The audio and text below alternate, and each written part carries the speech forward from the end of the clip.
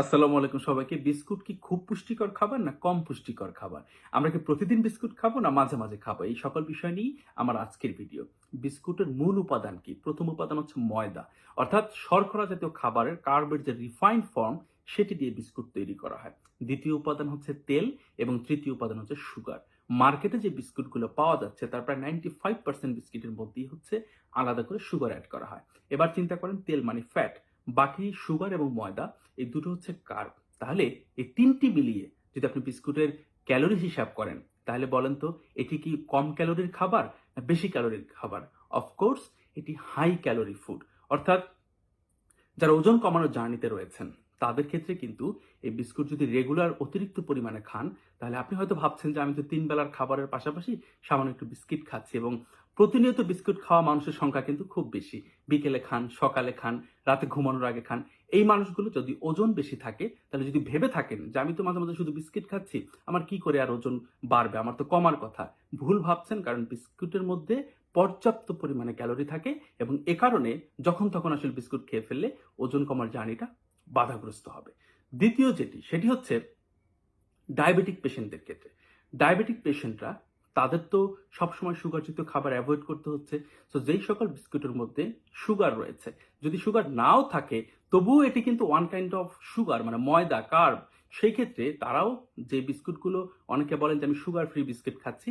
হ্যাঁ, sugar free biscuit তো of course খাবেন, কিন্তু পরিমাণ যদি হয় একেবারে প্রতিদিন, মানে খুব বেশি পরিমাণে খাচ্ছেন, তাহলেও কিন্তু আপনার ডায়াবেটিস কন্ট্রোল, যদি সুগার ফ্রি বিস্কুটও খান তবুও কন্ট্রোল করা একটু ডিফিকাল্ট হয়ে যাবে।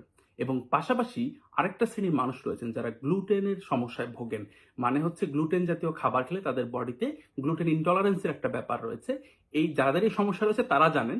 সো তারা গ্লুটেন ইনটলারেন্সের রোগীরা যেমন রুটি জাতীয় খাবার খেতে পারেন না, তাদের ক্ষেত্রে বিস্কিট জাতীয় খাবার খেলে কিন্তু সমস্যা হয়। সো যাদের ওজন বেশি, যারা ডায়াবেটিক এবং যাদের গ্লুটেনের সমস্যা, এই মানুষগুলোর ক্ষেত্রে বিস্কুটের পরিমাণটা একদম জেনে বুঝে পরিমাণ মতো খেতে হবে। এবার আসেন পাশাপাশি কোন বিস্কুটগুলোকে আমরা প্রেফার করব, মানে কোনগুলোকে আমরা বেশি খেলেও খুব একটা প্রবলেম হয় না।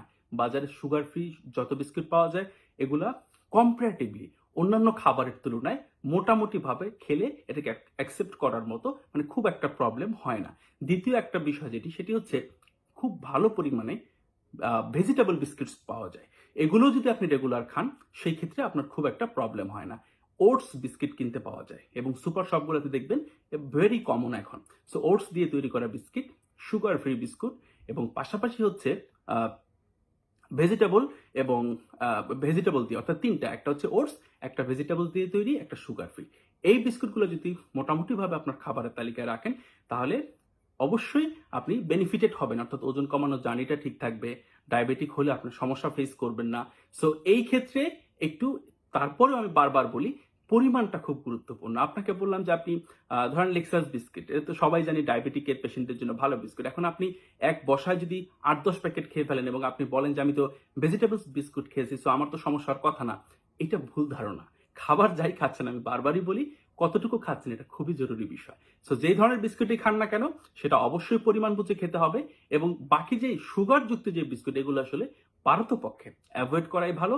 আরো একটা বিষয় হচ্ছে ইদানিংকালে বা আগে থেকে ডাইজেস্টিভ বিভিন্ন বিস্কিট পাওয়া যায়, এগুলো কম্পারেটিভলি ভালো, তবে এর মধ্যে আসলে চকলেট অ্যাড করা থাকে ম্যাক্সিমাম ক্ষেত্রে আমি দেখেছি।